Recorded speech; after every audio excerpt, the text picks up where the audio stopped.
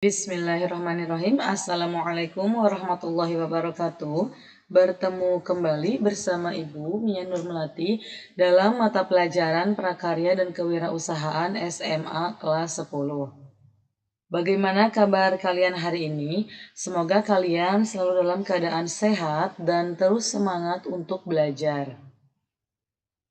Pada kesempatan kali ini, Ibu akan menjelaskan tentang materi PKWU yaitu pada budidaya tanaman pangan.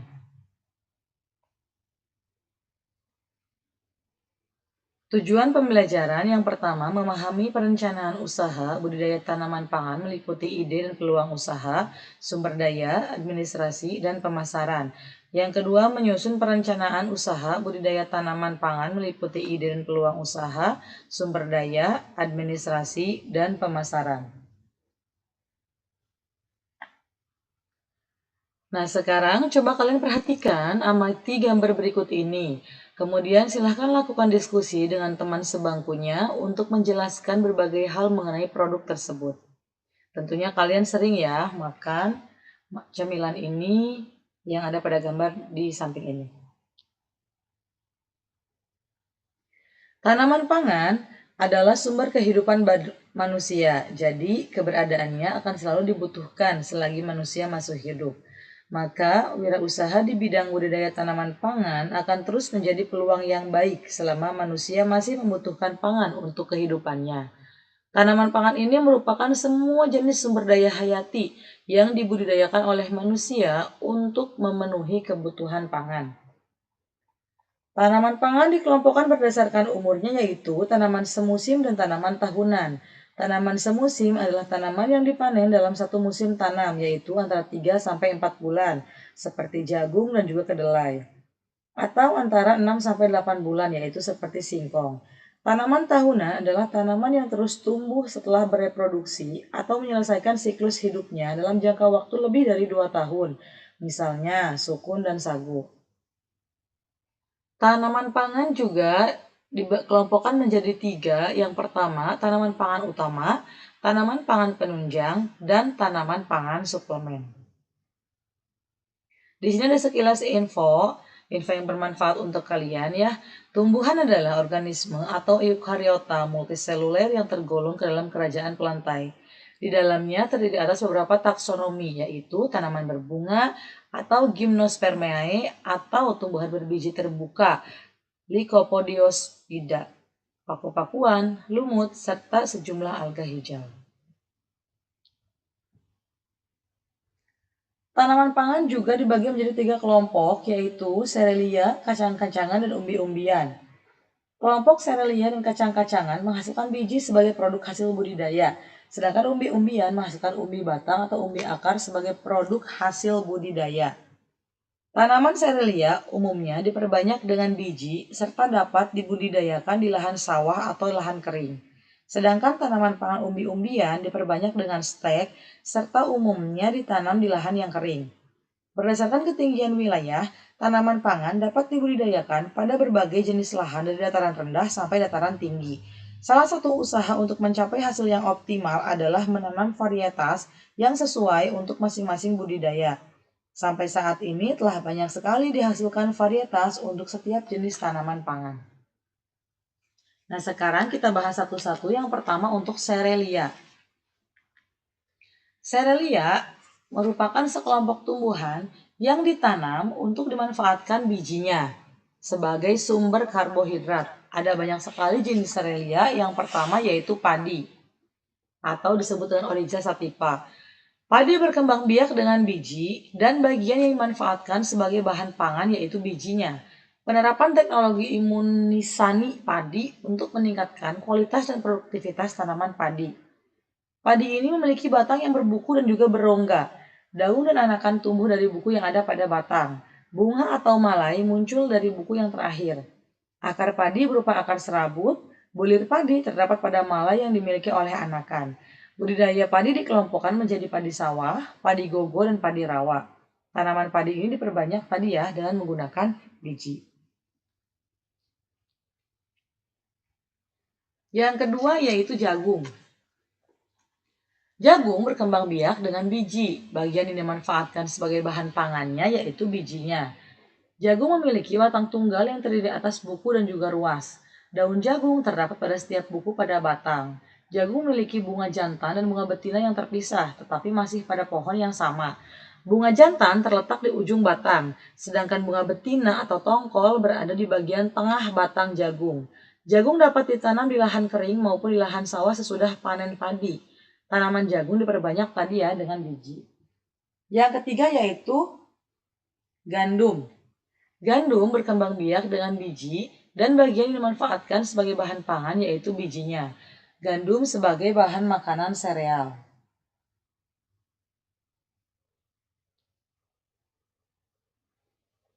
Yang keempat yaitu sorghum. Tanaman sorghum sekilas ini mirip ya dengan jagung. Sorghum memiliki batang yang berbuku-buku. Kadang-kadang sorghum juga dapat memiliki anakan. Sorghum memiliki bunga yang tersusun dalam malai yang terdapat di ujung batang. Sorghum diperbanyak dengan biji, dan bagian yang dimanfaatkan sebagai bahan pangan itu yaitu bijinya.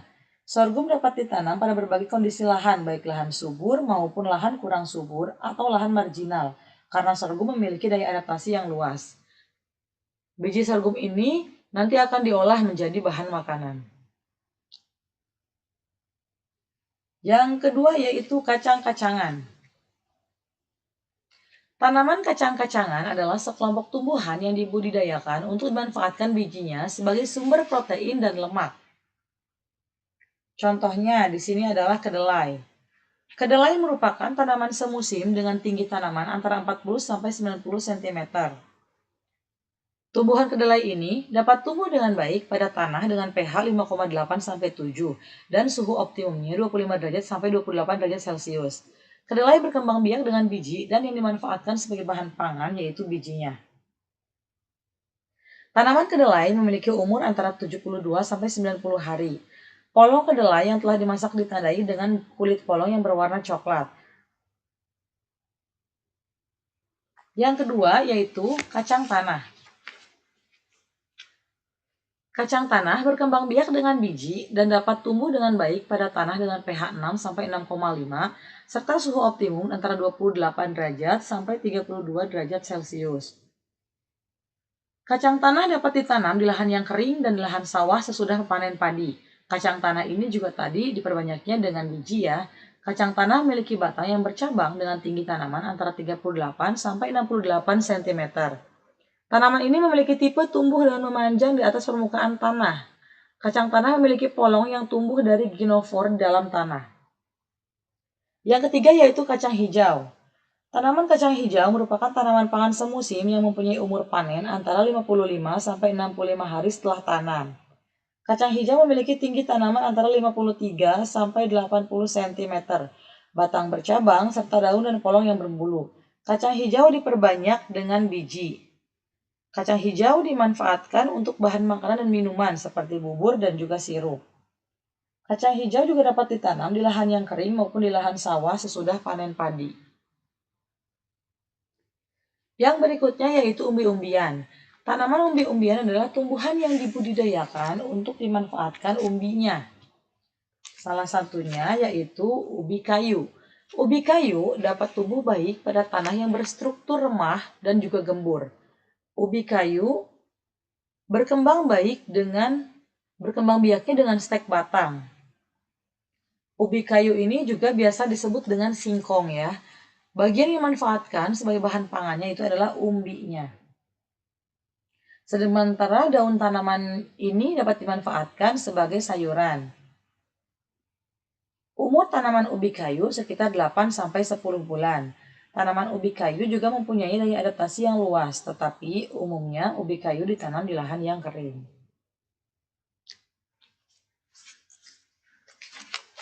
Yang berikutnya yaitu ubi jalar. Ubi jalar memiliki dua perakaran, yaitu akar penyerap dan akar lumbung atau menyimpan cadangan makanan. Ubi jalar berkembang biak dengan umbi batang. Ubi jalar ini merupakan tanaman pangan yang memiliki batang panjang yang menjalar. Tipe pertumbuhannya dapat berupa semak, semak menjalar atau menjalar. Ubi jalar dapat diperbanyak dengan bagian ubi, pucuk batang, dan stek batang. Umur tanaman ubi jalar berkisar antara 4 sampai 4,5 bulan. Ubi jalar umumnya ditanam pada gulu dan tanah di lahan tegalan atau lahan sawah. Warna kulit umbi maupun warna daging umbi bervariasi, mulai dari umbi yang berwarna putih, krem, orange, atau ungu.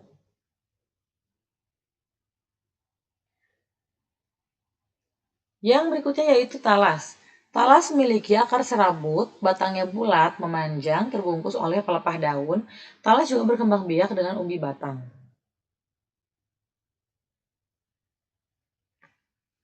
Tanaman pangan utama jenis lain merupakan tumbuhan yang dibudidayakan dan dapat dijadikan sebagai alternatif sumber energi. Contohnya yaitu kentang. Kentang berkembang biak dengan umbi batang dan bagian yang dimanfaatkan sebagai bahan pangannya yaitu umbinya.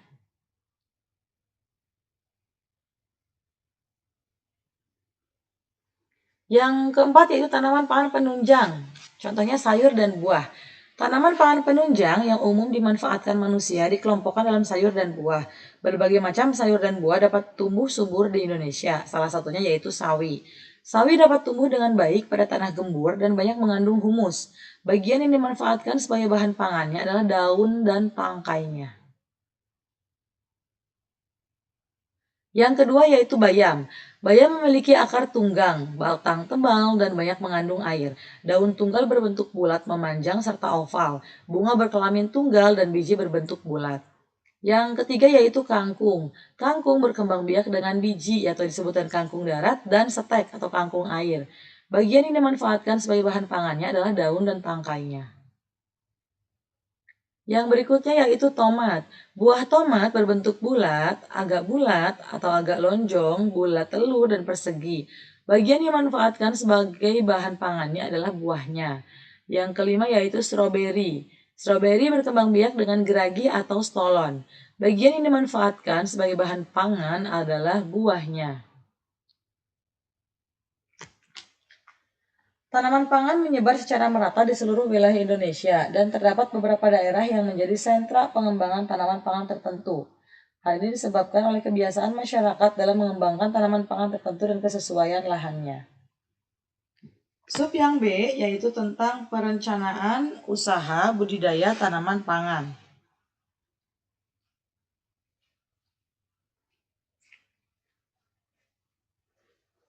Usaha budidaya tanaman pangan merupakan kegiatan agrobisnis. Usaha budidaya tanaman pangan dapat menjadi salah satu kegiatan kewirausahaan yang prospeknya sangat baik. Di sini ada beberapa hal yang perlu diperhatikan dalam melakukan usaha budidaya tanaman pangan. Yang pertama, ide dan peluang usaha. Yang kedua, hobi atau minat. Yang ketiga, keterampilan dan pengalaman pribadi. Dan yang keempat, yaitu pameran. Sub yang C yaitu aspek kebutuhan sumber daya. Aspek yang pertama yaitu ada manusia. Manusia tentunya adalah pihak yang melakukan budidaya tanaman pangan dan juga memiliki keterampilan serta pengalaman budidaya tanaman pangan. Yang kedua yaitu lahan. Pemilihan lahan sangat menentukan tingkat keberhasilan dari usaha budidaya tanaman pangan yang akan dilakukan. Akibatnya harus dilakukan pemilihan lahan dengan baik sejak awal sebelum usaha tersebut dimulai. Seiring perkembangan bidang pertanian, budidaya tanaman pangan tidak hanya bergantung pada lahan, sawah, ataupun ladang yang luas. Budidaya tanaman pangan dapat menggunakan polybag, tambulapot, dan sistem hidroponik sesuai dengan jenis tanaman yang akan dibudidayakan. Yang ketiga yaitu faktor modal. Modal merupakan unsur penting dalam usaha budidaya tanaman pangan. Tanah dapat dikatakan sebagai modal tetap utama. Terdapat modal bergerak yang dapat habis selama budidaya seperti pupuk, tanaman, dan juga uang tunai. Yang keempat yaitu manajemen. Manajemen merupakan kegiatan pengelolaan yang meliputi kemampuan menentukan, mengkoordinasi, dan menghasilkan produk budidaya. Walaupun faktor produksi tanah ataupun media seperti pupuk, obat-obatan, tenaga kerja, dan modal uang dianggap cukup, tetapi kalau tidak dikelola dengan manajemen yang baik, maka tidak akan dapat menghasilkan produk yang optimal. Yang kelima yaitu administrasi dan pemasaran. Unsur penting lainnya ini yang menjadi pertimbangan dalam perencanaan usaha budidaya tanaman pangan. Seorang pengusaha budidaya yang mempunyai administrasi yang lengkap, yang berisi semua kegiatan persiapan bahan, proses budidaya, sampai panen, maka akan lebih mudah mengevaluasi usaha dan menghitung laba. Subde yaitu komponen perencanaan usaha.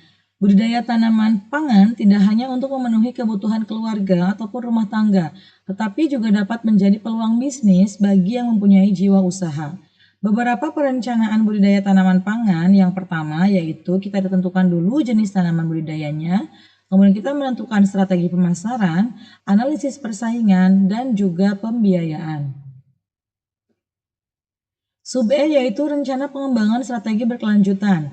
Rencana pengembangan dalam usaha budidaya tanaman pangan meliputi pengembangan jenis tanaman, strategi pemasaran, dan hal-hal lain sesuai dengan kebutuhan. Strategi berkelanjutan merupakan rencana operasional dan manajerial yang berhubungan dengan cara agar usaha budidaya tanaman berjalan lancar dan juga berkelanjutan. Yang F yaitu sistem produksi tanaman pangan. Ketersediaan pangan adalah kondisi tersedianya pangan dari hasil produksi dalam negeri dan cadangan pangan nasional serta impor apabila kedua sumber utama tidak dapat memenuhi kebutuhan. Beberapa kegiatan sistem produksi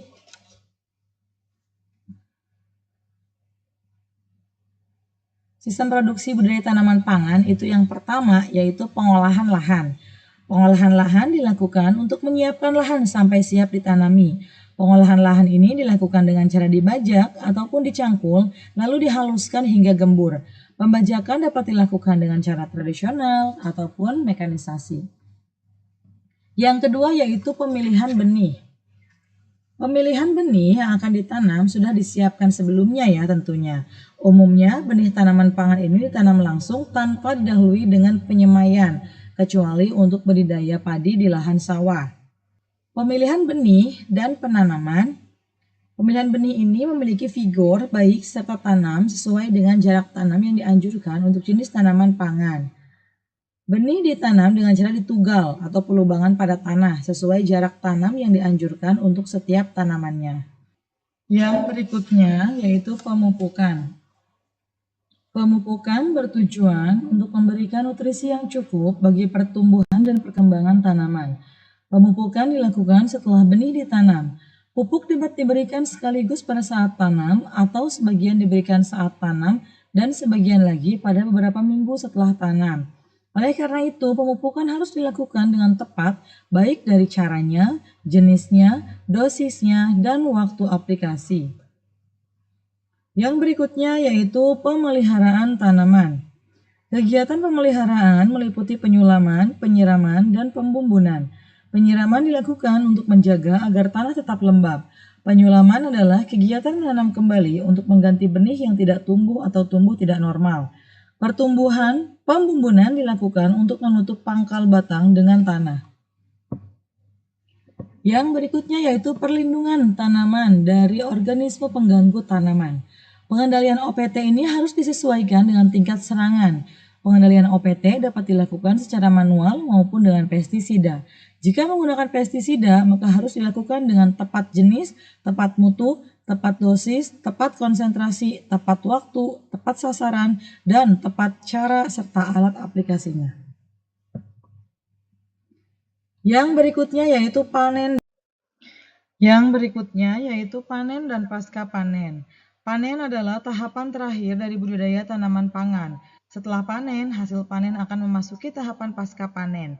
Pemanenan harus dilakukan pada umur atau waktu yang tepat sehingga mutu hasil produk tanaman pangan dapat optimal pada saat dikonsumsi.